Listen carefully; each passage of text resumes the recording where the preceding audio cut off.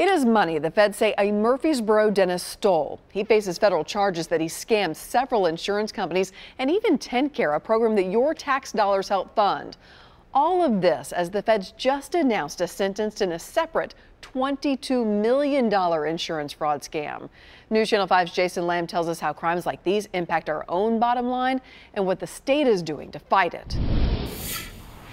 There's a lot of work to be done. TBI agent Mike Cox minces no words when it comes to the problem of insurance fraud in Tennessee. His division, the Medicaid Fraud Control Unit, was formed to fight just that problem. You're talking about a large amount of money, and so I think the citizens of Tennessee should be concerned. In fact, Cox says in just Tennessee's Medicaid program, TennCare alone, there's the potential for $1.2 billion of fraud each year, 10% of a $12 billion budget. There's all different kinds of reasoning, but I think probably the most common thing is always just greed. Federal prosecutors say over the past 5 years, some of that fraud came from Dental Excellence, with 3 offices in Murfreesboro and 1 in Lebanon.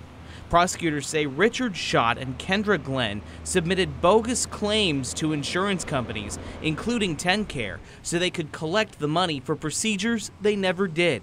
Prosecutors say the two would also threaten to fire employees who raised concerns about what they were doing. And the TBI, who at one time investigated Dental Excellence, says fraud like this can raise both your insurance premiums and your taxes. And it may fall on the backs of taxpayers in some form or fashion, or as a private citizen when you're getting your own insurance, it could affect the way you pay for your insurance and the services that are provided.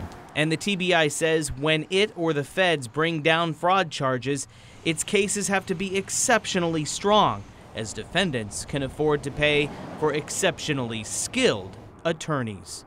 Jason Lamb, News Channel 5. Thanks, Jason.